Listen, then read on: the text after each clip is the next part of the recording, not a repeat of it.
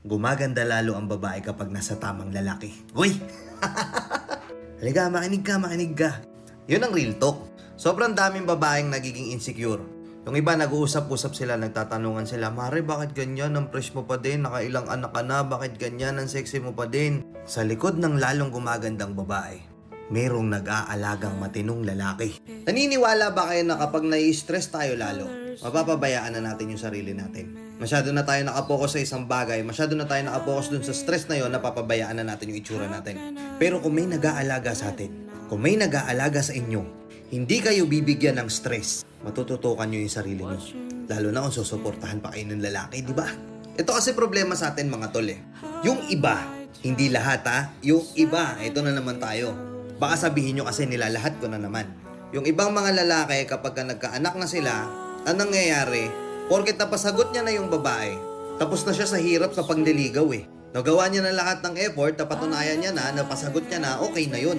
Stop na yun. Kumbaga normal routine na lang.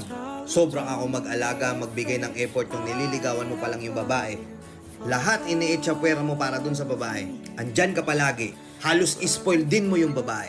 Pero nung napasagot mo na, ano nangyari? Titigil ka, di ba? Ngayon, ito si babae, nag-expect pa rin siya na sana bumalik yung dating ikaw.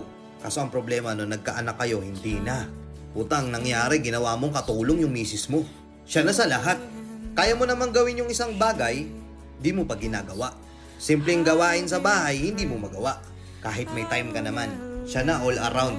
All around na si misis sa bahay, siya pa nag-aalaga ng bata. Tapos sasabihan pa siya ng palamunin. Sinong hindi mai-stress sa ganun? Bibigyan mo ng regalo, appliances sa bahay. Ano yun? Parehas lang naman kayo makikinabang ng mga appliances na yun. Tapos dahil nga ganyan, bugbog na sa araw-araw sa kakatrabaho sa bahay yung misis mo, kakakaalaga ng anak mo, nawawala na siya ng time para sa sarili niya. Totoo mga madam, di ba? Nawawala na kayo ng time para asikasuhin yung sarili niyo. Kasi katwiran nyo, okay lang, basta hindi ko napapabayaan yung anak ko. Na hindi nyo namamalayan, oo, hindi nyo nga napapabayaan yung anak nyo, pero napapabayaan nyo na yung sarili nyo. Tapos itong mga lalaki na to, ang nakakabwisit pa, instead na tulungan si Mrs. hindi. Dahil nga nagbago na yung itsura ni Mrs. maghahanap ng iba.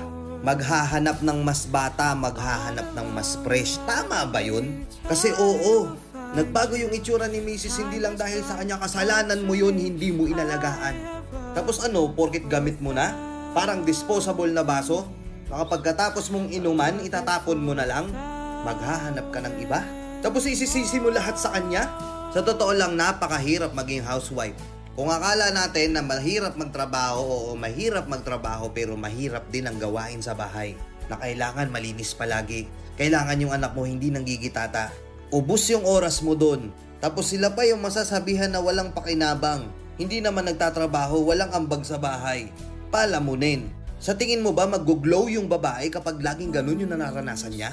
Hindi, par. Ano ba naman yung for once in a while, dalhin mo sa salon, sa parlor, pabayaan mo siya kung may gala siya with her friends. Basta matitino naman yung mga kasama niya, hayaan mo siya.